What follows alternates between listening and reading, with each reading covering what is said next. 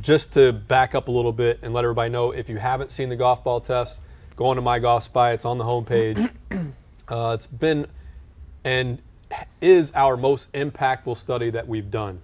Not from in regards to how much time it took to do the test. There are tests here that take 2-3 months, but in the value that this test provides for golfers. And I'll just start by going around and asking Harry, after this got published, well, first, before it got published, did you think that this would be that big of a deal? I literally thought we could throw a blanket over the balls when they were hitting in the robot. I literally just thought it was going to be like that, you know? Yeah, thought a robot was going to hit them all in the same place, exactly, right? Yeah. So Sam was saying that earlier. He said that, you know, even he, as a great golfer, and you as a great golfer, you guys knew like little things, like this ball was better around the green, but you didn't know. You thought the Chrome Soft was a good ball, you said, you know? Yeah, I mean, to your point, I try out different balls all the time. The new Pro V1s for me go a lot lower. That's the idea for them. That was pretty cool. But then the other balls I try out, they're all kind of like the same. That's what the consensus is. And then I'm told that these balls are good by all the marketing in the industry. And I just figured Tour Pros play the Chrome Soft. As it is, you know? And I didn't even know that the Chrome Soft was bad until, you know, we started talking about it, and I've heard So we put it to the test. Yeah. So a few things to back up a bit again. Over 250,000 people have seen this ball study, which is a large amount of golfers, and we want to reach more because of how powerful this is and why it's powerful. And I think one of the reasons is because, one, there are companies that have this data, meaning there are ball companies that have done these tests and done these studies. The difference is no one has ever shared this data with any golfer. So for the very first time ever, I mean, you guys have seen driver tests, you've seen iron putter tests, YouTube reviews, but for all kinds of products. But you've never seen a comprehensive study done on golf balls other than, let's say, I think Golf Digest does like a 50-yard wedge test, which is not comprehensive it's not even that helpful, to be honest. So this gives people real powerful data to where they can make decisions based on their game and choose a ball. And once again, there are people that had this info, they just had never shared this info. And to be honest with you, there was a lot of misleading, misinformation, folklore, mythology that went into and were surrounding golf balls. And this kind of cut through the bullshit and tells people what's real and what's true. And that being said, we're going to actually call to Tony Covey in New York and bring Tony in, because what we want to do now, we want to start by talking about how we went about doing the test. So if you're a My Golf Spy reader, I don't want to get too technical and too boring, but there's a lot of debate like robots, not robots. Just, we want to put this out there. We use the robot for ball testing because that is the best way to do ball testing. We also use the TrackMan in concert with that. For club testing, the best way to do that is with human testers. And we use human testers for clubs performance and robots to determine the performance of golf balls. And Tony is in New York, and I think Tony's live now with us. Tony, how you doing today? I get by. You know. You're getting by? I get by. So Tony is probably being bombarded right now on Twitter as we speak with a lot of questions and comments about how we did the test, why we did this. So Tony, can you just start by when you and I first decided we're going to do a golf ball test and tell people why we wanted to do it and then why we chose to do it the way we did? Well, I guess, you know, the reason we did it was certainly curiosity was a big part of it, right? Because we, as much as we've been doing club studies, club tests for the last going on 10 years now, right? We've never done a comprehensive ball test. And we've gotten a lot of questions, a lot of requests from readers like, hey, when are you going to do a big ball test? And we're like, you know, we've laid it out. And I mean, I guess, you know, that's one thing nobody probably is too aware of is how much thinking and planning goes into a test. Like, all right, how do we do this? What's the right way to do it? What's the right tool set, right? What's tool set meaning, you know, robot versus humans, TrackMan versus Foresight, that sort of thing. So the reason behind it was our readers wanted it. A ton of planning went into it. And part of that planning, too, is taking our assumptions. Like, what do we know? What have we learned to date? And then going to the guys on the inside of the industry and say, all right, here's what we're thinking. Here's what we want to do. How do we do this? What do we need to do? And we get a lot of a lot of guidance that way. And then we have to work in the individual challenges that we have. Good example, right? We tested 36 golf balls, right? Nobody does that because if you're a Titleist, if you're a Callaway, if you're one of the big guys, you're not worried about a cut or probably even a vice. Like those guys really aren't a big threat to your business. So those type of balls don't get routinely included in tests, let alone, again, 36 others. So all right, so we wanted to do the test because one, golfers deserve that information. We are the people that tell you we're wanting to do that for consumers, right? Consumer first. So we waited until we had the knowledge base and knew how to do it correctly. The reason why we haven't done it in 10 years is because it took us 10 years of knowledge and learning to figure out how to do this properly, and we didn't want to do it right until we knew how to do it right, right? So now that we chose to do it and we knew that we could do it right, what were the experts telling us? One of the biggest questions we've got is why did you choose 115 and 85 miles an hour on a robot when you did your test? So this one has probably come up 100 times already, and I think I've probably answered it 30 times in the comment section. But I think one of the big misunderstanding is that sort of golf balls do different things at different speeds, right? And so what we were told early on to expect when we were kind of working with the guys on the inside industry is that there's not a huge kind of shifting. You don't see numbers move up and down. And so by choosing 85 and 115, what essentially we did was choose the endpoints, right? So at about 85 miles an hour, driver swing speed equivalent, you start to see real differences emerge in golf balls, right? That's where we start to see, never mind the ends, but even kind of in the middle, you see a few yards between balls, right? And then at 115, now you're getting to more of extreme end where those differences are amplified and you really start to see kind of separation between models. And so if you connect the dots between 85 and 115, you get a nice little slope where you can predict where a ball is gonna fall for any performance metric. So, if you're looking at, for example, a spin number, well, if you look at what that ball does for spin at 85, there it goes. We knew that was gonna happen. So 85 and how it spins at 115, that midpoint is gonna give you a really good idea of how that ball is. So let's just clear that up for everybody. Everybody that's listening, we totally understand and respect the fact that you swing 102.7 and you want to know that number, right? What is the best ball? We get that. But you have to understand that that's really tough to do right now with where we are. What we can tell you is there are major differences in golf ball performance. We tested them at the polls the way that when we consulted with the experts in the industry, the best way to do it at 85 and 115, and then obviously 7-iron and wedge. But for the polls on the driver, you can draw a line basically between those two, and if you're in that line somewhere, it's going to be relative to where those were at 85 and 115. So I understand all the arguing in the comment section, but I would like to move forward from that because that's taking away from the actual value that we want you guys to understand. And that is starting with number one. The major takeaway, in my opinion, are these 6 things, and there's other ones for sure. But the first one is, holy shit, golf ball fitting is the future of golf, and here's why. If I told you that all the years of testing that we've done, that the golf ball had more differences from product to product than the drivers we test inside this facility day in, week out, year in, year out, I don't think there would have been a single person, if we polled them before this test published, that would have said, hell yeah, the ball's more important than the driver. Yeah, I had no idea. That was my biggest takeaway from the test, was that I had no idea there was that much differences between the golf balls. Yeah, so let's talk about that. It was crazy. Almost 18 yards of difference on a high swing speed from worst to first. And Tony, which brought this one to my attention, which I didn't see first, said, let's look at the longest ball in the test versus the shortest single ball in the test. Was it like 30? 40 yards, Tony? I think just under that, 38, 39, somewhere in that ballpark. All right. Certainly, well within holy shit distance. Yeah. So let's just go back and eliminate the 40-yard holy shit moment, right? And go, all right, let's deal with the 18 yards, which is real, right?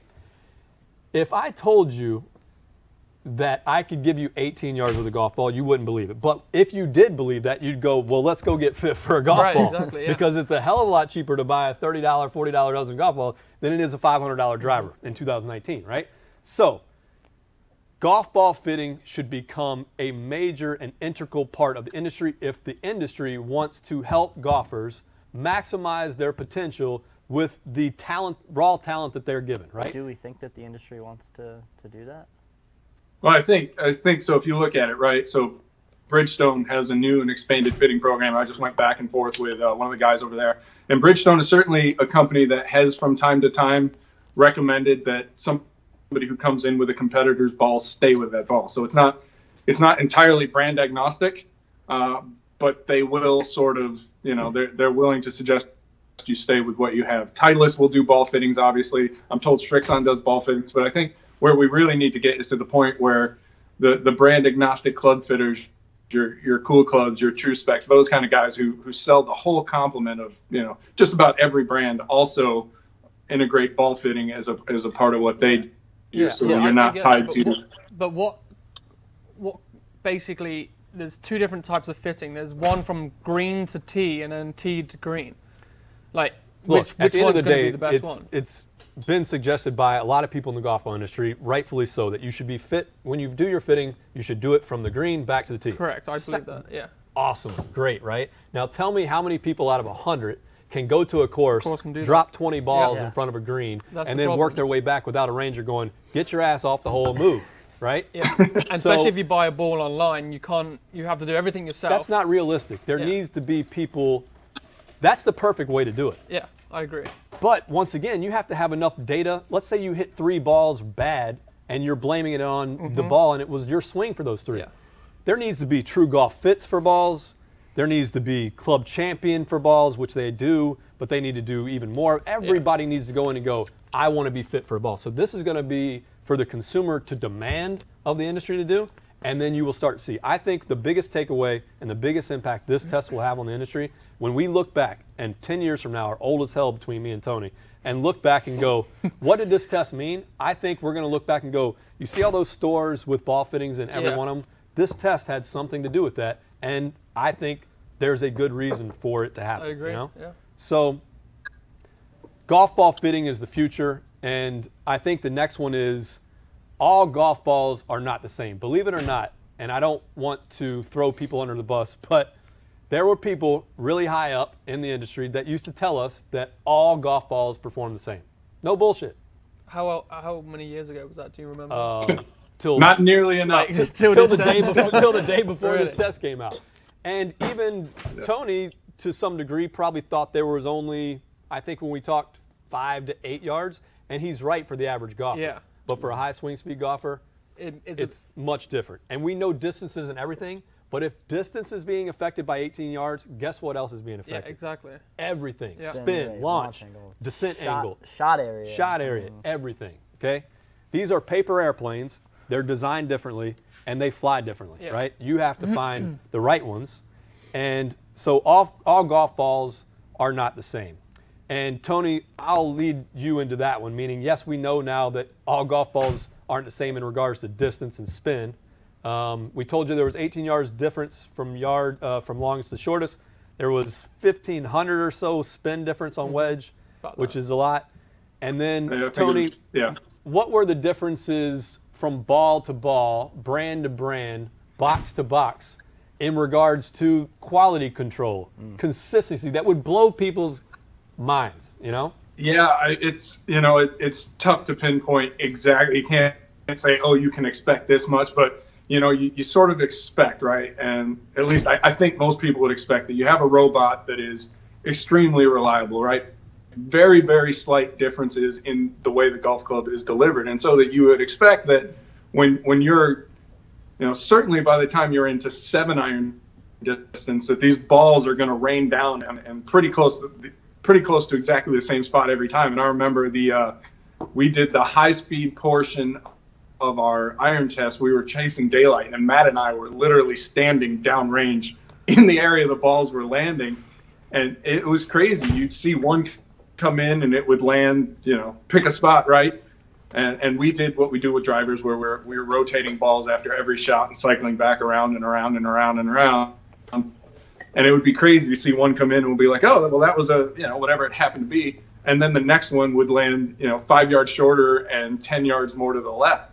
And you're like, Well, When you think nothing there's a big gust changed, of wind right? coming. There was none. And There was none of literally that like that way nothing. tonight. Like, Yeah, it that's- just, Yeah, it so just that's went a to shocking different moment spot. for a guy that's been in the industry 10 years, one of the smartest guys I know about golf equipment performance, to go, why is that ball landing where it is? That was an eye-opening moment, but so was the fact that I can guarantee you that pretty much everybody in the world that buys golf balls by the dozens expects that when they buy a dozen golf balls, those 12 balls are the same, right? Yeah. That's not reality. We found that they're in that 12, not only are they all different, but one of the biggest differences is the bigger companies are probably, I don't know if you would agree with the statement, but would you say that the bigger companies, Titleist, Bridgestone, Srixon, probably being the top three, maybe if you want to add in a couple more you can, they showed advantages in the consistency area from ball to ball, meaning most similar compressions, similar quality control, not balls going down and all of a sudden flying 40 yards left, which was due to inconsistent core centering or, I mean, a few things, but yeah, I mean, it definitely due to something not right with every single ball kind of situation. But when you bought a dozen golf balls before you did this test, well, before you started working for My Golf Spy, did you assume that those 12 balls were pretty much the same? Yeah, in fact, look, I'm not gonna throw a brand under the bus here and get my PR guy in trouble.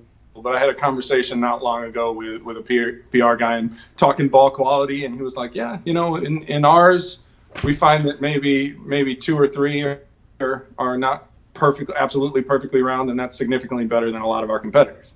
You're like, oh, okay. Now, why do you think that's the case, though? Do you think it's to do with cutting corners, or do you think it's... I think there's a few things. Every product that's made has tolerances, right? Yes. And I was thinking about it the other day, Titleist and these companies have, and I don't even know if this is true, I was trying to think of why maybe some of the smaller companies wouldn't. It's cheaper, right? Because if you're throwing away balls that don't pass QC checks, Yeah.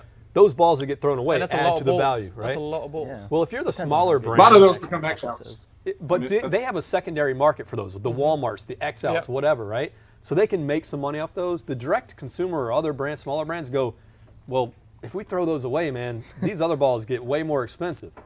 So I think that might be part of it, but every product is inconsistent, and it just comes down to how much pride you have in your quality control. And Titleist, I think, maybe more than any, showed that and has shown that they really give a damn about the quality of every single ball that comes out. And they've stated that for years. Well, though. And Bridgestone as well. Yeah. And Titleist will say that they do that as well throughout their entire manufacturing process, from balls through clubs. Well, they don't say it, they do it. Well, I mean, they've got guys that walk their lines in the manufacturing plants where they're actually building the clubs that make sure their quality control is of the highest quality. All right, so let's get to the how much difference so people understand. Tony, how much difference was the worst dozen of balls in compression, meaning like if they say it was 100, what was the biggest gap from one ball to the next? The standard deviation was around 10, so I'd have to go back and look at the exact numbers, but it was pretty significant. And again, now, we I don't want to mislead anybody. When a golf ball company does a quality check, they're gonna check 12 dozen, right? That wasn't our sample size, so I would expect our standard deviations to be a little higher. But when you look at a list of balls, right, and you're seeing 1 point something, 2.5, 3.0, and then all of a sudden you've got a couple 9s, an 8 and a 10 or whatever it is, you're like, all right, these guys have a problem.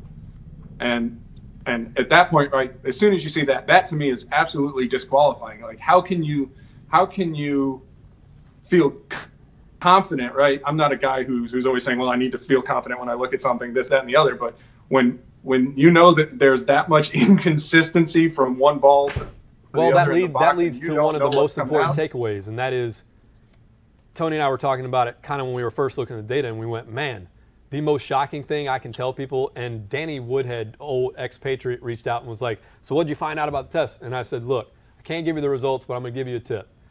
Play the same damn ball every shot you hit, every hole you play, every round you play, and here is why. There are so many differences from company to company, the 18 yards, the this, the that, right? That let's say, for example, on hole 13, last shot, you lose your ball, whatever, on 13. You go to the tee box on 14. You do what almost every golfer does. They reach in their bag, which is a shag bag of a gazillion different brands and scuffed up balls, which don't ever play those either. I'm guilty of that. Everybody Not the scuffed is. up balls, but the different balls. I said what I find the actual number, with all due deference to Titleist, the actual number one ball in golf is what I find. Like that's what most golfers play. That is true. The number one golf true. ball in golf is what you Well, it find. depends on what level you are. Hey, Tony is not his level. Okay. Yeah. Anyway. Well, no, but even then, right? You still have guys that at a certain level, I'm only willing to play tour balls that I find. Well, let's just ask a or question before I Titleist. get to the point. Tony, how many brand balls are in your bag at once and different models combined? Generally only 2 or 3. Okay, And so that's you're only better good. than most, but Mine's 2 or 3. okay. 2 or 3. I'm like 10. All right, so that's a joke, but there are a lot of people that have maybe 10 different balls in their bag. And why that is different, to get back to the point, let's say you lose your ball on number 13, okay? You go on to number 14, drop the peg in the ground, you got to carry it 250, okay, with your driver. And you hit it 260, but you picked out one of the balls in our test that goes 18 yards shorter. You are now in the water, and it had nothing to do with your actual swing. Yeah, same stroke. And we've seen it on TV. Tony, what was the shot that you were talking about originally where on tour they were talking about a guy that hit a ball and it came up short, and the golfer knew that it was not his swing. The distance he hit was the right distance. You see it, like you definitely, I mean, and it's happened several times. You kind of see that look, like where everybody knows the yardage was right. There wasn't wind. There was no contributing factor other than, hey, that didn't go where it was supposed to. And that can happen with a ball you play, the same ball you play every time, right? Due to inconsistencies in the ball. So, but it's going to happen Jesus, less than switching from ball to ball, brand to brand. Yeah, and so like we know there are inconsistencies within a box, right? You're going to get some, depending on the box, slight to significant variations, and you're going to take that and then go and introduce more variables, meaning another brand with its own set of variables, Yeah, another so variations. basically in a nutshell, don't compound the variables with another variable, right? So I don't care. I care a little bit less about what brand and ball you play. I care more about whichever ball you play, pick it, use it, and hit it every shot, right?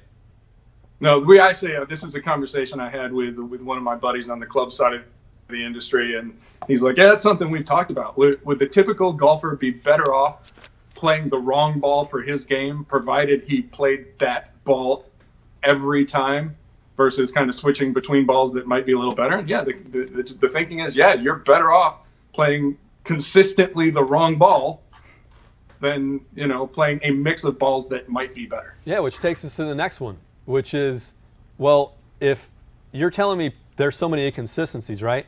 Golfers now have a new built-in excuse, and golfers love excuses off that first tee when they shank one, right? The ball might actually be your next built-in excuse, because it might have been the reason why it hooked 40 yards in the woods. And why is that, Tony? Why is this that golfers have finally gotten the best excuse ever for their bad shots? Yeah, I think Sam, who was with me when we did the ball testing, would agree. Like, probably the craziest things we saw were balls that just soared offline. Sam, like where you just at? I'm getting the next guy set up. Okay, well, Tony's trying to have a conversation with you in here. Sorry. we got testing going on in Yeah, here, we got man. some testing going on too. No days so off. yeah, and it's What so were you you saying? see a ball, right? And we're talking this, and again, right? Speed amplifies everything. So it was most apparent on the high swing speed portion of the driver test, where you'd see a ball and it would just, take off OB, right? Oh, everybody in the room be like, whoa, what was that? So it would literally just start off straight and then just completely change Yeah, direction? yeah, and so you go back and you'd be like, all right, what the hell happened? And you're like, well, there's no significant wind, right? There's We're no watching the changes wind. in There's no spin significant axis. wind. You're checking what you're getting from the robot. You're checking the data coming off the launch monitor, and the only thing you see that's different is a major shift in the spin axis, which is basically, for whatever reason, when that ball got hit, it tilted hard. And so when we talk to the guys on the inside, the ball guys, we know they're like, yeah, it happens. It happens because you have a ball that's out of round, or because a core or some of the other layers are imbalanced, or because there's an aerodynamic issue. Yeah. And we saw it, with probably half the brands in the test. And so, when I look at it, we saw it with the Snells, for example. We had it happen with a Snell ball, with some Chrome Softs, a Maxfly, a Mizuno. I mean, I think we listed. I'm sure we listed every one of them in the article where we saw balls go significantly offline. But I mean, it is absolutely crazy. I was on the phone with you where you're calling. You're like, hey, how's it going? And I'm like, holy shit.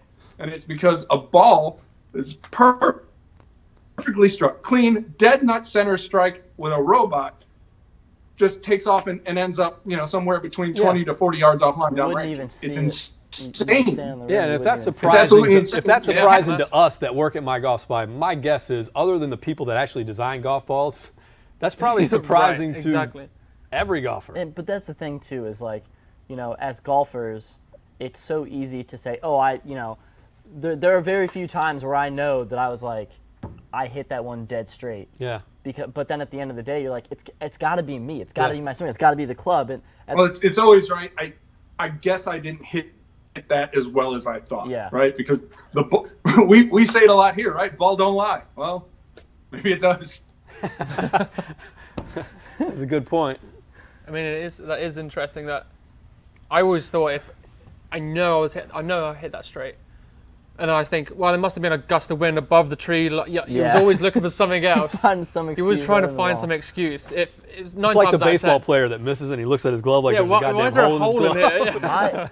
The only in my experience, the only time that I'll really inspect the ball, other than you're cleaning the ball off while you're playing, but if I hit a chip shot around the green and it doesn't check, like I hit that dead nuts and I know it's supposed to check and it didn't check, that's the only time we're like, all right, let's switch the ball. Maybe it was the ball. Maybe maybe I caught it weird, but fail safe, right? Maybe it's me. Maybe it's not. Let's get. I can't get rid of myself. Exactly. Let's talk about that next thing, which is cut golf balls, not the brand cut, but the actual cutting of the surface of a ball.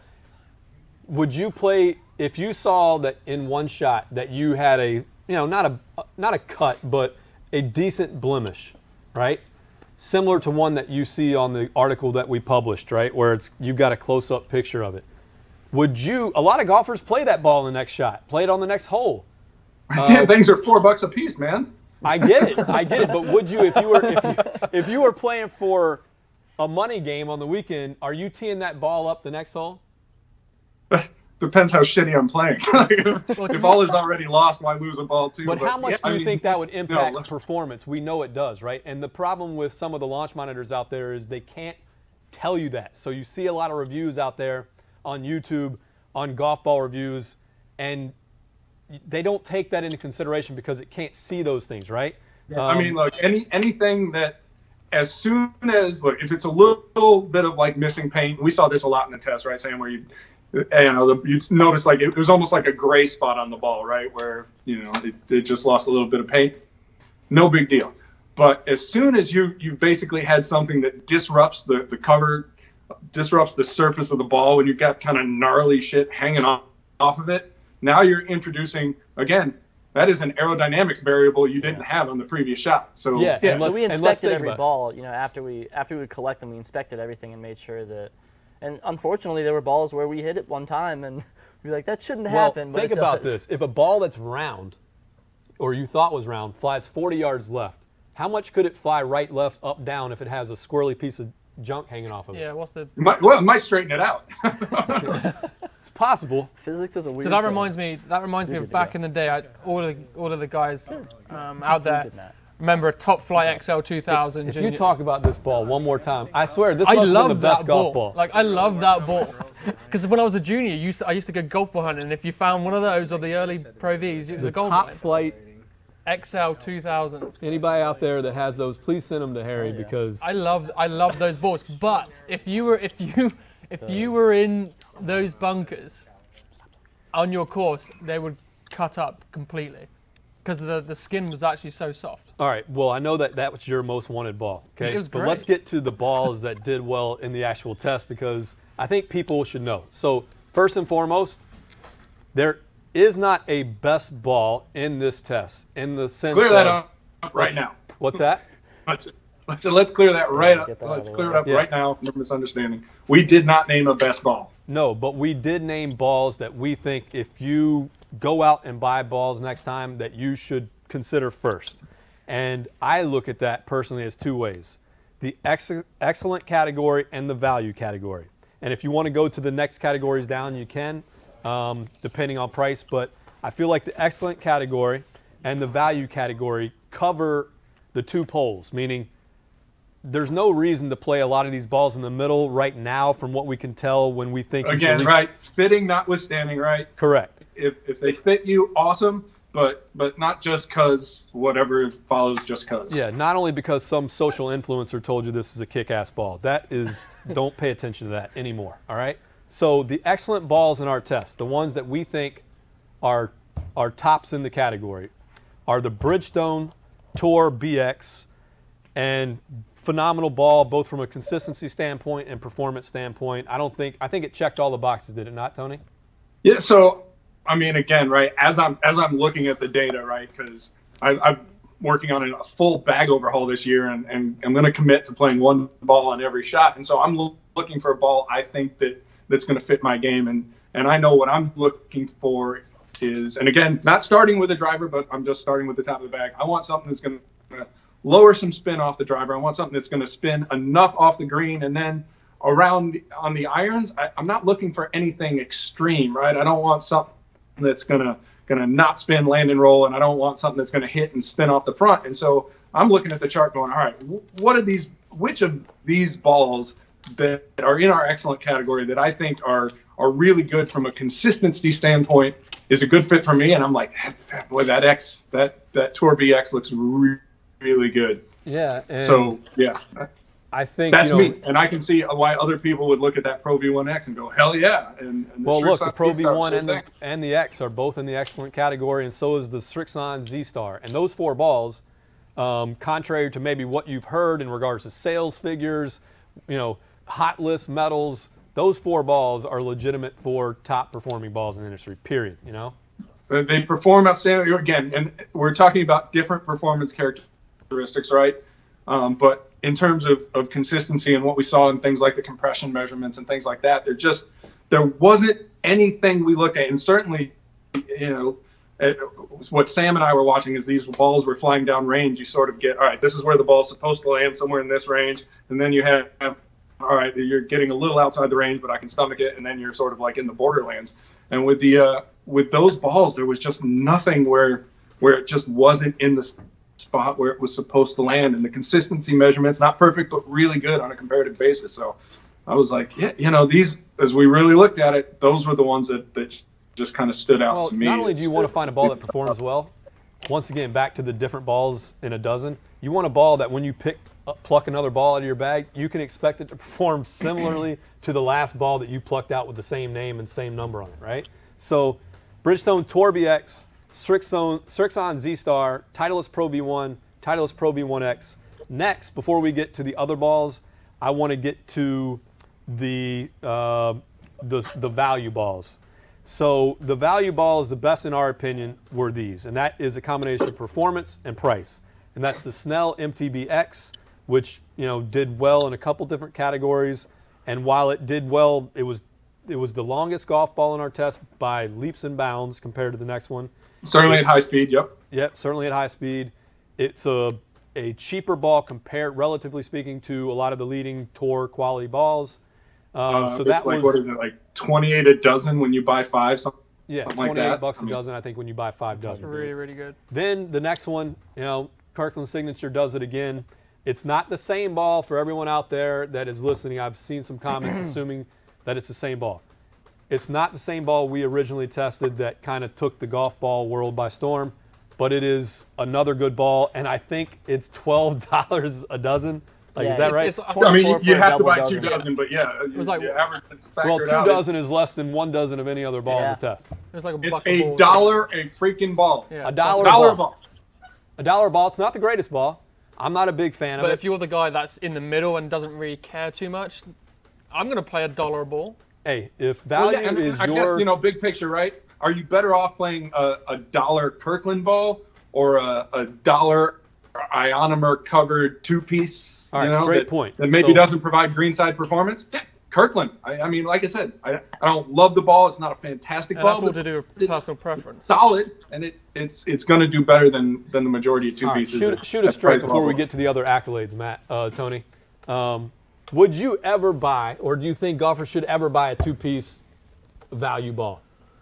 So unless, right? So Bridgestone, for example, with the E12 promotes straighter ball flight, right? That's something we haven't tested. I don't know if that's true. It's part of the conversation. So if it is true, if we assume it's true and you desperately need straighter ball flight, yeah, that makes sense. But if you're just trying to save a few bucks, right? If that's your decision point to going to an ionomer, no, there's. I think here's why. We just found a ball at $12.99. We just found a ball at $12 that is cheaper than the two-piece $1 balls a ball and performs just as good or better, guaranteed. So I don't know who I was talking to, but one of the golf ball guys basically said, yeah, we make the cheap balls, the two-piece balls for like guys that just want to play in a tournament, and we give them away.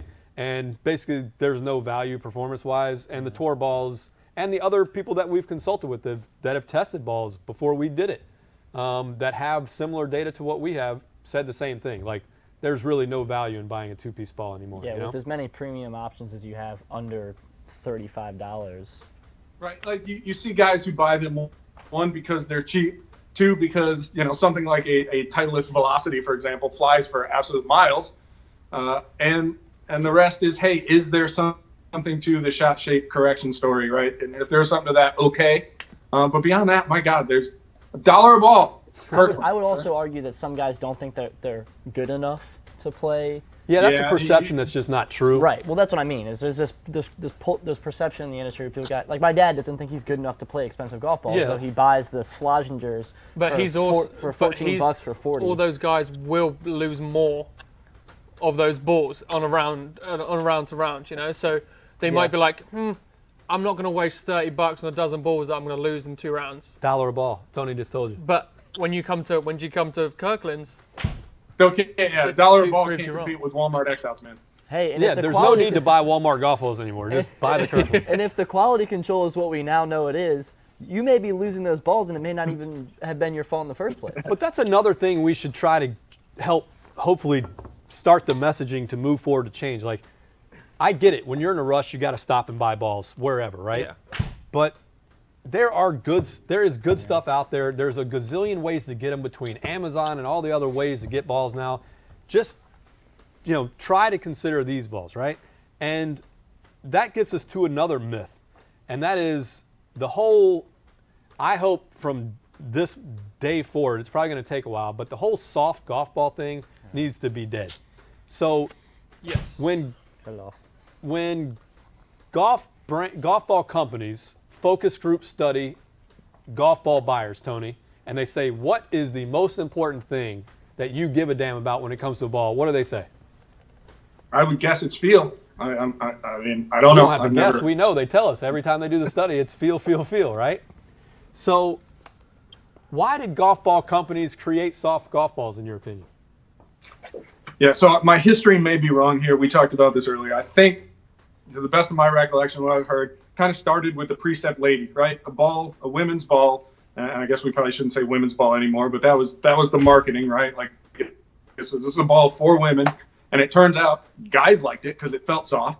Yeah. So next thing you know, you've got the laddie, right? The lady becomes the laddie for men, and it trickles down. Yeah. You've got the Wilson. So Wilson, fast forward, right? Wilson does like the zip, and then the Duo kind of catches fire, right? But it catches fire in a very small segment, right? It's still a two-piece ionomer ball that's incredibly soft feel. A lot of guys like it. I can't say this is what happened, but if I'm Callaway, right, and consider where we are, 4 or 5 years ago, I want to take on Titleist in the urethane tour ball category. Everybody who's tried to take on Titleist has failed because they've tried to compete at either a lower price point, even regardless of the price point, with basically the same story, right? Our ball does the same thing that your ball already does, and well, if it does what mine does, why should I buy it? Right. And so there was a marketing opportunity, I think, to go in and in that softer space and really create differentiation in the tour category that didn't exist at the time. And it gave golfers over several iterations, more and more people, because of the success of Callaway, everybody else has kind of had to chase into that soft space. Yeah, that's an unfortunate thing, I think, that happened for Titleist. I think they looked around and went, Jesus, man, like everybody's going in this soft space. We got to compete, right? So we'll make a soft ball. And I think if they were to admit, they probably didn't even want to create that ball to begin with, if they're being completely honest. Look, I mean, it's funny. Everybody says, well, AVX, right, only exists because Chrome Soft was kicking Titleist ass. And, kicking ass is a relative term, I guess. But yes, I think AVX was a reasonable and necessary response to Chrome Soft. But do I think that's a ball Titleist wanted to make? Well, it's not a ball that helps. It's not a golf ball that helps golfers, so it needs to be stopped being made. Not many. The only Very, people very it helps few. is the only people it helps is Harry. Super high swing speed, super high spin off the driver. That might help him. Ballpark 155 mile an hour ball speed, 2,800 spin off the driver, and that's not to say your iron characteristics always align. And we want to talk about getting fit from irons and wedges, but if you are also, those are kind of your driver characteristics, and you're also high spin, high speed off the iron. Yes, AVX, anything with soft in the name might work for you, but that is the market, and that is, other than I want it because it's soft and I like soft, the preference guys, that is the real performance market for that ball. Well, a couple things I want people to remember. So, based on our test and the data, a soft golf ball, the ones that you hear out there, Chrome Soft, the ones that have soft name, Duo, Tour Soft, a soft golf ball is a slow golf ball, period. And so, what have we been, like, almost 10 years of testing, right? And in that 10 years, we've created all kinds of charts and diagrams and looked at a whole bunch of data. And that, when we laid out that ball speed versus compression chart, and you see that absolute correlation between compression and ball speed, I mean, that, I would say, in, again, almost 10 years of doing that, that is the single most eye-opening chart I've ever created. Right. And to see that and go, my God, like, why would you want to give up ball speed? And it's funny, right? When the same guys who tell you that with drivers and irons and all this stuff, hey, ball speed is king, ball speed is still king, and now you get down to the golf ball space and you're like, no comment, right? It's eye-opening. It is absolute. There is no arguing the absolute correlation between ball speed and compression. So if I were to ask you, and we tweeted this earlier, so I thought it was a good point you mentioned. I took your comment to a reader in the comment section and basically just put it out on Twitter. But I'm going to embellish it not to what the reader said, but to what the actual facts were in the test. And that is, would you give up 8 or 10 yards for a golf ball, 18 to 20 yards off the tee for a golf ball that you said, I prefer feel over distance? Not many golfers would answer yes to that. And Tony's response was, and we have found it year after year in every study, and I wish golfers would just stop saying that this is true, because it's not. Tony's response was, and it's a fact, feel is meaningless. Golfers love to talk about it, but it has no bearing on performance. Feel is why soft balls have emerged to the detriment of your actual performance. Both of those are true. Not only, almost for everything we test in here. People say, I got to like the looks, I got to like the feel.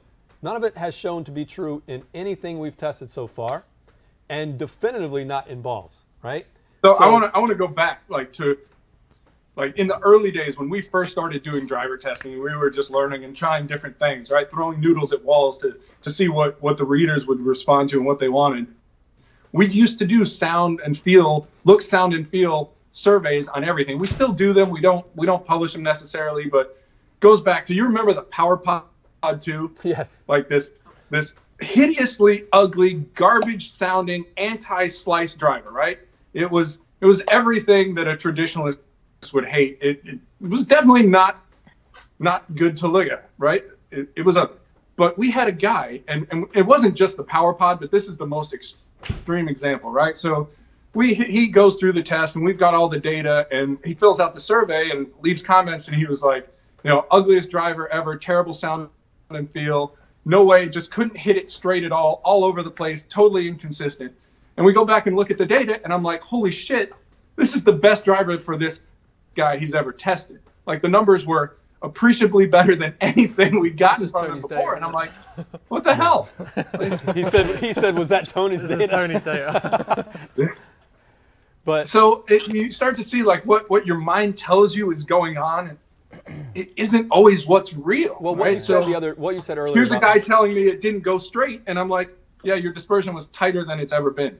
Not only did you say the golf ball might be lying to you, but golfers lie to themselves, and we see it every day in the test facility, and I've seen it every day for 20 years, right? They come in here. It took me I don't know how many years to finally be convinced, not just convince myself, but have others convince me that, yeah, you know what, maybe you just really shouldn't hit a 5-iron ever. Well, I'll give you some examples. Obviously Sam and or Harry can tell you how many golfers come through here, do an entire most wanted test, meaning their actual data, and say, which driver did you like the best? Oh, I know this driver was number 1.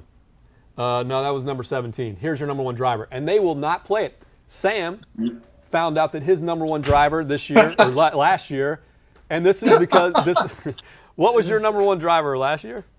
We all know. My best driver was a vertical groove driver. I don't even think that they're in business anymore. I don't think they're in business. Because Sam didn't buy one. If Sam had just bought the driver.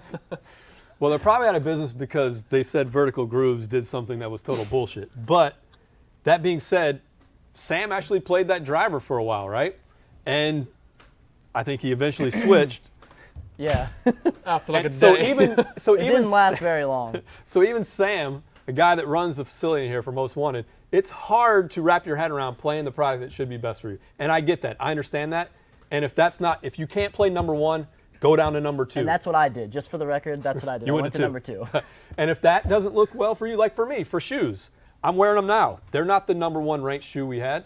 They were the number 4th or 5th, but that's what I wear. And guess what? It works number 1 for me, so that's fine. Yeah. Well, and it doesn't look like number 2. What was number 2?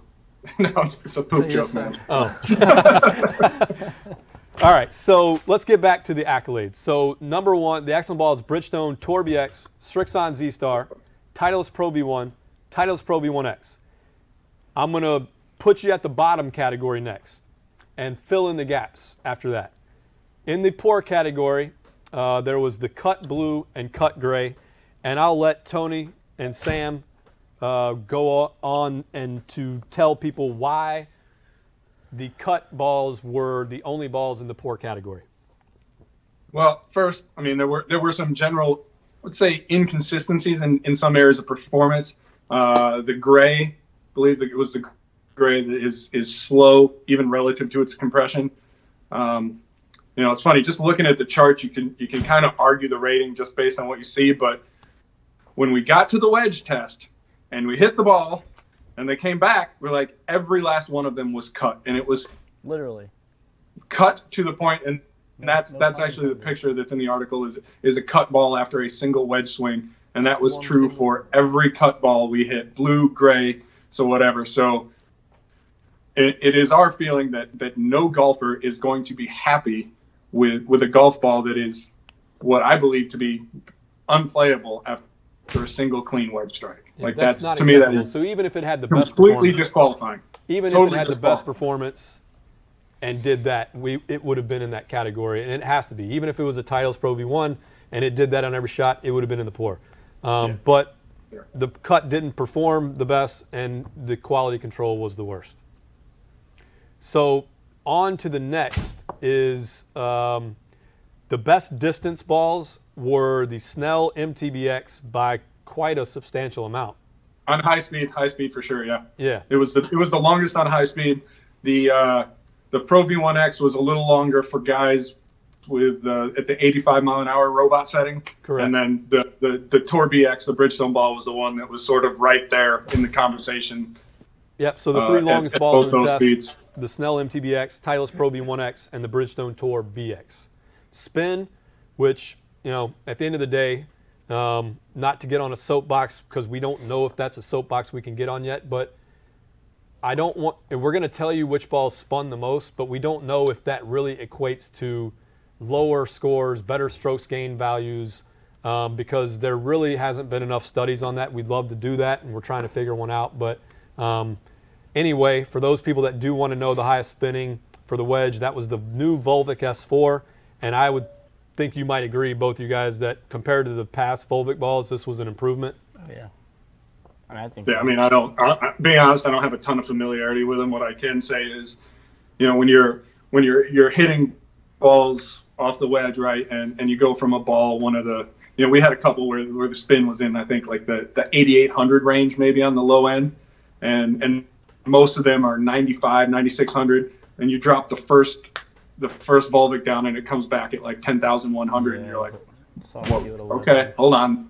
This one is different. And again, I don't think, and I'm almost positive, right? Not everybody wants or needs as much spin as they can possibly get around the green or off a wedge. Like it's really cool when a pro sucks it back, and we all want to be able to do that, except, as soon as you hit one and it lands right on top of the flag stick and then spins back off the front of the green, then maybe that wasn't so cool. I hate when that happens. But, yeah, so, but we also knew that readers would want to know, hey, what's the longest ball? Do we think you should absolutely always play the longest ball? Definitely not, but we know you want to know that. What's the spinniest ball?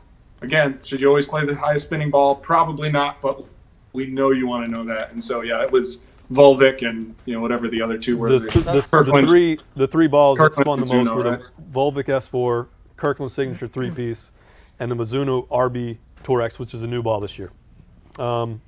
We did the best value balls. Couple of the accolade things that we think people wanted to see was the longest ball, which was the Snell MTBX, and the Max Fly Tour, which is a new ball that has a new, called center of gravity balanced. And in a nutshell, what's the analogy for that, Tony? It's this thing right here, the Check Go Pro. So you put a ball in, you spin it around, it sort of finds out where the heavy spot is, I guess, right? How the ball's weighted. So you mark it. Supposedly it helps you hit it straighter. And based on what we saw in the test and some of the inconsistencies that we saw in ball flight, this might not be the worst idea. So Bryce, that's a DeChambeau thing too, right? He uses, I think he Epsom salts it, but yeah, it's the same principle. Similar philosophy, right? Yeah, same idea. Lots of guys do that too. I don't know if it's lots, but certainly on tour, Bryson does it. We can't not talk about probably the elephant in the room in regards to the highest perceived performing ball versus probably the worst perceiving ball in the test. And it does chap my ass a little bit because, Callaway does an incredible job of marketing. That being said, they have become, the number 2 golf ball company in the world, correct, Tony? Number 2 and growing and projecting that they're going to narrow that gap now. They got a long way to go to get to number 1, but... Yeah, I'll never forget Harry Arnett called me years ago, and he goes, this is back before they started the 5-year war, and he said, how are we going to take on this behemoth Titleist? I said, you go right after him if it was me, And they did. They went right after him.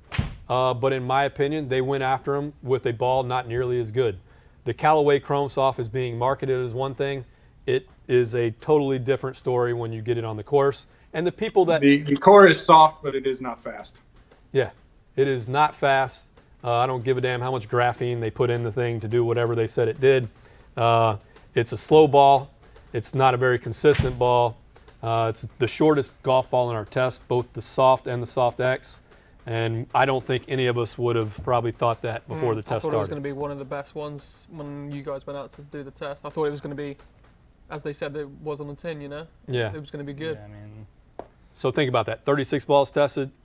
The second brand number 2 selling ball in golf came up dead last. That's a shocker to us, and I'm sure it's a shocker to the people that read the article so far. And if you haven't, in my opinion, play the Chrome Soft if you want and be influenced by marketing all you want. But at the end of the day, the data is what it is, and this is the truth, and this is what's real. And that ball is not near one of the best balls in golf. So that all being said, wrapping this thing up, Tony, I kind of want to ask everybody what they think of this test. What do you think the value is for consumers? What do you think the value is to the industry? What do you think the impact could be based on this test, in your opinion?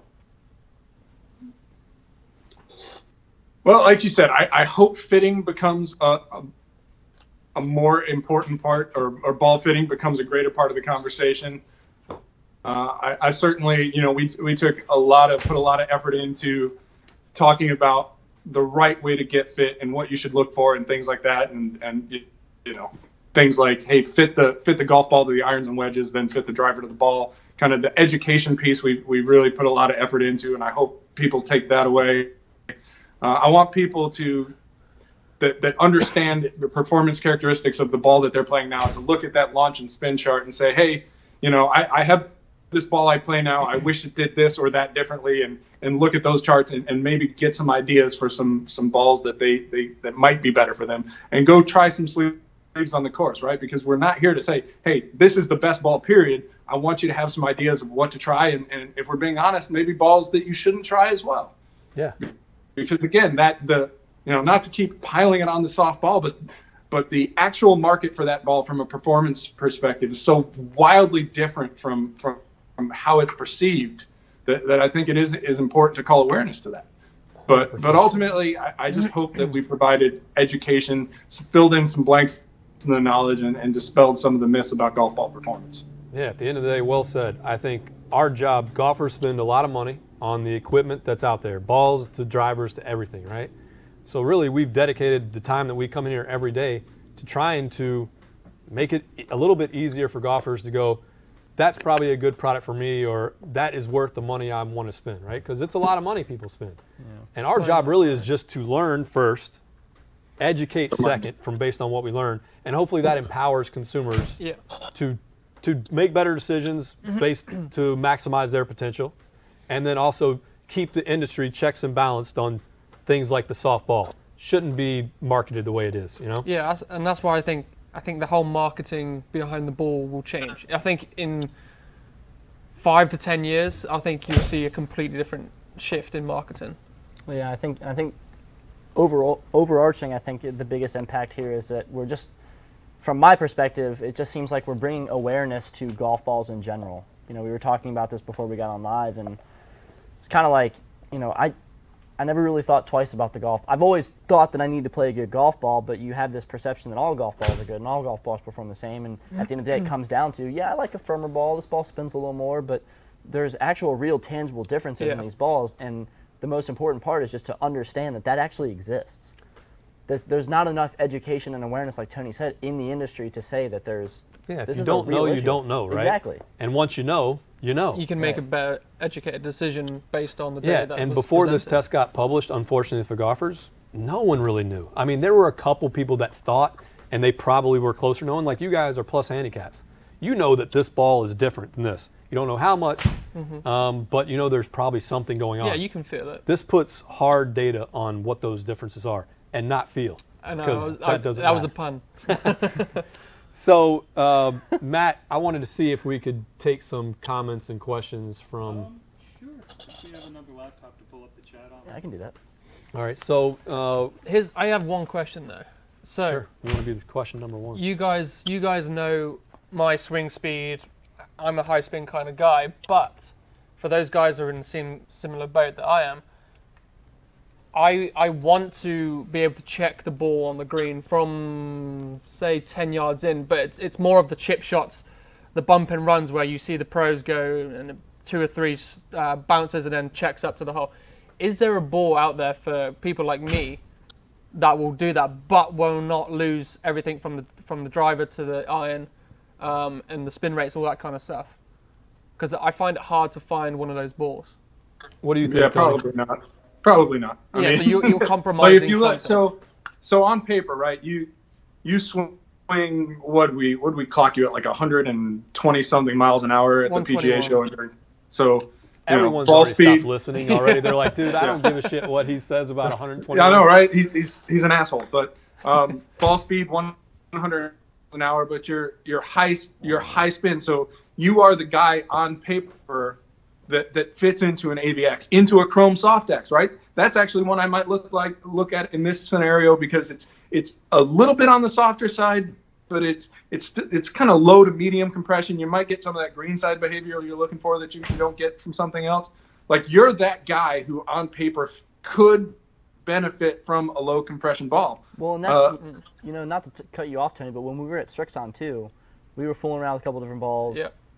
I had asked them to put XVs in the bag, and I think you did the same. No, I actually did the. Did you want Z-Star straight up? The Z-Star Tour, which is actually a harder ball. Well, yeah. Well, they were saying, you should go to the Q-Star Tour might be a good fit for you because that's a lower compression than the Z-Star XV now. Yep. So that's again these are balls which are kind of get marketed towards you sort of think them as for slower swing speed guys who don't like the click of a firmer ball, right? That's kind of where the segment where this soft thing all started, and then it kind of spilled upwards. But really, the actual market for this stuff are guys like you, Harry. It's high speed, high spin. Yes, Because again, you're gonna so much of you're losing distance because of the spin. Yeah. So you kind of, to a degree, can offset the ball speed loss there. But but theoretically, you will have to compensate something within. You're not going to find that perfect ball, so you would compensate. Well, again, I mean, we didn't do a lot of that super close greenside testing, but if I'm going to make a broad statement that I believe is true, it's that for most golfers, every ball represents some sort of compromise, right? Like there are a lot of guys who would love what the Volvic S4 does around the green or on a wedge shot, right, where it lands and spins back. Man, that's really cool. That's something I want, but it's also a little bit on the higher side off of the driver, and I don't want that. So those are the trade-offs. It's give and take. Again, you need to find to borrow a pretty cliche phrase at this point, but you need total performance, right? Yeah, and I guess the balls that you see on tour, are they the same balls that you're seeing in the manufacturers? Great question. Depends on the ball. So, for example, right, the Bridgestone Tour BXS that Tiger plays is the retail ball. Up until Callaway released the brand new triple track version of the Chrome Soft X, none of the tour guys, or at least very, very few of them, were playing the ball that is available at retail, because again, the compression characteristics and the performance characteristics that come with it. So let's address that, right? Because we've got a lot of people DM me, emailing me, going, "You guys are full of shit," and here's why. Because all the guys, if it's so short and the Chrome Soft's so short, why are the pros playing that ball? They're not playing the ball. Thank you. Yeah. Surprise. Yeah, Surprise! They're not playing that. Look at the USGA, and look, this is not an exclusively Callaway thing, right? Oh no. For as long as there's been a USGA conforming ball list, there have been balls on it that are not the retail models, right? If you look at back when Tiger was with Nike, there were essentially what are now Tiger balls, right? Titleist, before Ricky Fowler left for TaylorMade, he was using what Titleist calls the left dot version of the Pro V1 or Pro V1X. TaylorMade has a variety of different TP5 on the USGA list that aren't the retail balls, right? Because tour players have very specific needs. Some of them are looking for very specific launch and spin characteristics, right? These guys are, most of them, as repeatable as a robot in some cases. So they want a ball that does different things than what an average guy might be looking for. And certainly, compression is part of that discussion. Look, Phil Mickelson is not playing a low compression ball. It's not what the tour guys want. Again, the relationship between ball speed and compression is absolute. It is not up for debate. And so, you can reasonably assume that not only were those guys not playing the retail ball, but I would assume, and again, this is not fact, this is just kind of my mind thinking in a logical way, that if you look at what Callaway's done, right, with the Chrome Soft X triple track that came out literally 2 days after we wrapped up the test, that ball is different. I'm told it is what the majority of the tour guys are playing, and while Callaway we haven't been able to pin them down and get us to tell us exactly how it's different, other than they're saying, hey, it's got more separation in the launch spin curves from the previous balls. I would assume, and I think this is a really safe assumption, that the compression is significantly higher, right? Sure. It is a ball that is suitable for tour play, whereas the current or the stock Chrome Soft it's a softer ball. It's not what's being used on tour by the overwhelming majority of Callaway stocks. All right, staffers. so and again, not unique to Callaway, happens with every brand. I'm going to get to some questions on YouTube and Facebook right now. So just rapid fire, quick as answers you can give. D. Smith on YouTube says, does a matte finish have any effect on ball performance? So this one, I've said this, right? We actually, to condense the article, took it out, but I think it requires further study. Certainly what we saw in wet wedge performance is that the matte balls, including the matte urethane balls, had a tendency to jump a bit more than the standard balls. So give you some background. When we attempted a wet wedge test, we couldn't get a full set of data, but what we observed was typically a wet ball hit off a wedge under the conditions we tested under would launch about 5 degrees higher than when the ball was dry. With matte balls, that number was higher. The spin was lower. So there does seem to be, and again, we didn't do a full-blown, totally extensive test, but certainly we found indications that a matte ball is going to be more unpredictable when wet, less consistent. And Paranoid Android Golfer, which has 167,000 followers, asks a great question. How many times can you say balls, Harry? Quite a few balls. All right, let's get to the next Especially when one. I'm drunk. Let's see. What separated the Bridgestone Tour X from the Bridgestone Tour XS? Yeah, the big thing, obviously the performance differences were a little bit different. I mean, they weren't massive, but you would expect, right? Tour guys want sort of slight variations of the same thing, I guess. The big thing for us and why we rated it slightly lower, there was a little more difference in the compression measurements. And while it's reasonable to probably assume that if you looked at a huge sample of Bridgestone balls, it would probably net out, we didn't want to make any of those type of assumptions. And so when everything shook out, the XS was sort of right on the line in my mind between excellent and very good. And so what I've told people who's asked is, look, I would have no reservations about putting that ball into my bag.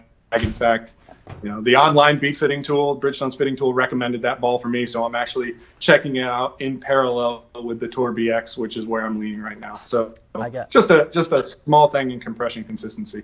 Online fitting tool fit me for the XS as well. I've put it into play. I love the feel of it. I think it's great around the greens. Spins way too much on the driver.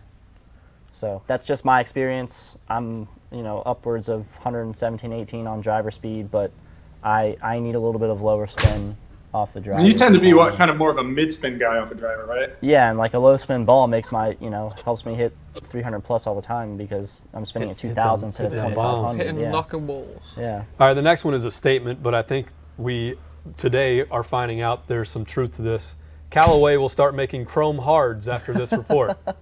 Look, I think, again, we covered this. I don't know that this is the absolute truth of it, but my assumption is that the new core, the new model, which they've kind of quietly slid into the market with the new Chrome Soft Dex Triple Track, and I believe the Stars and Stripes edition that was just announced today, I would all but guarantee that ball is going to be higher compression, for sure. It just makes sense.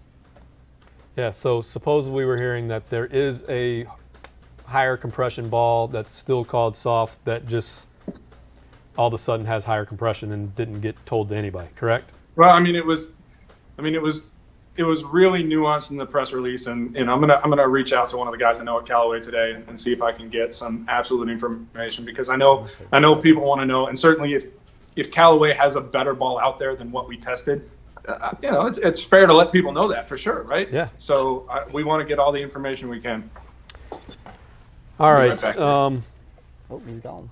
One thing I forgot to mention too was a value ball that we did not mention was the Inesis Tour 900. Yeah.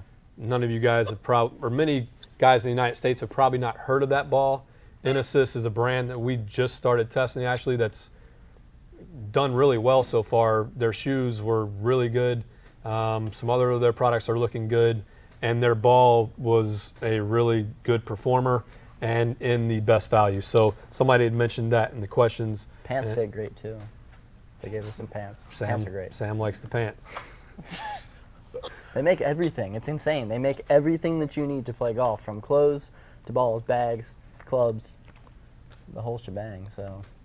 Yeah. So good philosophy. A lot of U.S. brands do that too, right? what? Well, yeah. Make just about everything you need to play golf. Yeah. Not maybe not as complete, but yeah. same looks of shoes. Let's see. I think before we finish this, I would like to reiterate kind of the takeaways that we want to put out there for people to think about, the industry to think about, consumers to go out there and try. And these 6 were: golf ball fitting is the future. It showed that there's more difference from ball to ball than there is from driver to driver in our testing in regards to distance and some other things. All golf balls are not the same, meaning there is a drastic difference in performance from ball to ball, and that was a myth that had been around for a long time, that there wasn't much difference. A soft golf ball, the balls that you're out there hearing about being softer, a soft golf ball is a slow ball, period. One we forgot to get to, and I know Tony wants to talk about it before we get done, and that is golfers saying, I got to be able to compress that ball, man. So compressing the golf ball.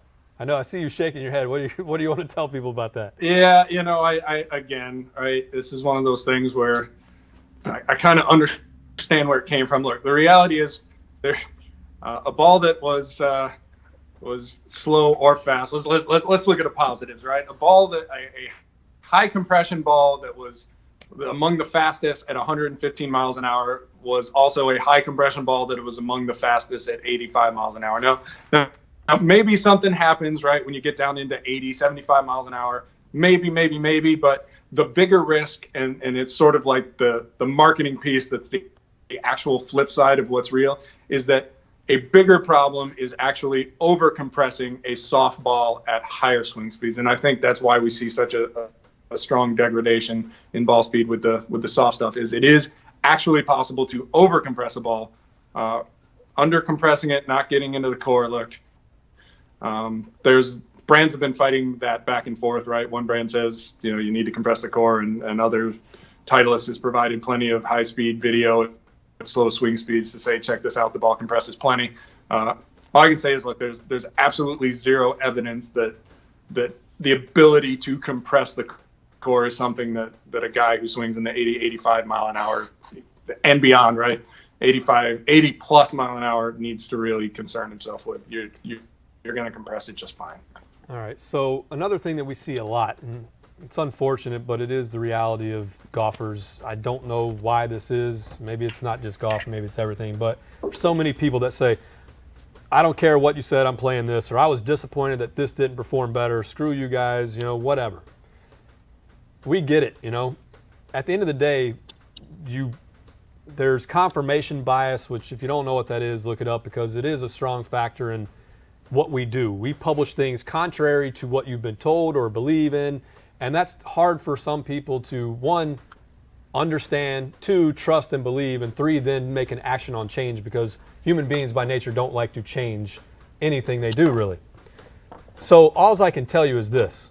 I don't care what ball you play. Our entire job is to just help you find better products. We're not telling you to change anything. All we're telling you is, here's what we found. It would probably be in your best interest to go out and try it and see what you find. Think critically about the performance of your golf game and include the golf ball in that conversation. Yeah, and just remember, when you buy those TaylorMades, Callaways, Nikes, whatever the hell you're buying, those companies aren't paying you to play these balls. You're actually paying them. So Be your own logo. What's that? Be your own logo. Yes, that's what we say. Become your own brand. Be your own brand. Be your own logo. And what we mean by that is, why you're strapping these logos all over your bag and everything, which I get it. You have pride and they resonate with you. That's great. But if those things are actually not helping you and hurting your score, just try the other things and see. Don't be so adverse to trying something different, right? Yeah, brand loyalist. Yeah. We call it brand washing around here, and it's real. People are brainwashed by brands. Looking like a tour pro, as unfortunate as it may sound, is probably not going to help you shoot under par. It's never helped me. No, it's true. I have, you look damn good on the nice golf clubs. course. I have very nice clubs. I dress well on the golf course. I shot even par through 9 holes once last year, and a lot of other rounds. Twice last year. That's that hat. That's that hat. No, that's Adam. Yeah, I play 3 times a week and still suck. Everybody that follows you on Twitter probably knows about your struggles. Get on those Kirklands and buck a ball. Yeah. Hey, good thing for Tony is I don't think he's bought a ball in a while. Yeah, that's true. So, for those that actually are out there that have to buy a ball, $1 ball. There you go. All right, so that's it for today. That's it for everything. We appreciate everybody that came out and watched. Tony, good to see you up there in New York. Come down here at the facility one day, if you know what I mean. I hope the sun comes out looking a bit toasty. He needs some sun. I think that's because he's got the sun beaming on his head right now. There is no sun here. Yeah, sounds like England. That's true. It's no joke, man. It's 40 degrees today. Before we wrap I'm it about up, to go out and play golf in before we shorts. wrap it up, I'm going to ask everybody what ball they're going to play as their most wanted ball based on the data. that they think would fit their game. So, Tony, what ball are you going to play? And you only get to pick one. If I'm look, I'm not gonna lie. I'm looking at things, but forced to pick one. Gun to my head. Tour BX. Done. Harry? It's either that or the Snell, the One, X. one ball. All right, let's go to Snell. All right. Strixon's E-Star XV. I can't find a better ball for me. I'm going with the Bridgestone Tour BX or Pro V1X, one of the two. You can only pick Wait, one you ball. can only pick one. You made the rule. I tried to break the the old rule. I'm going with the Bridgestone, the Tour BX. I Okay, think there you go. overall Solid choice. it's hard to beat. So that's it, everybody. I appreciate everybody that came out. We hope that if you haven't read the test, go out and read it. Share it with other golfers. Like we say, share it with anybody that uses a golf ball to play golf. We think there's a few of them out there. I think everyone should see this. You can make of it what you want, but the data's real. The data's what we found, and we hope that you can find a better ball for your game in 2019 than you did in 2018. So that's it, and we'll see you next.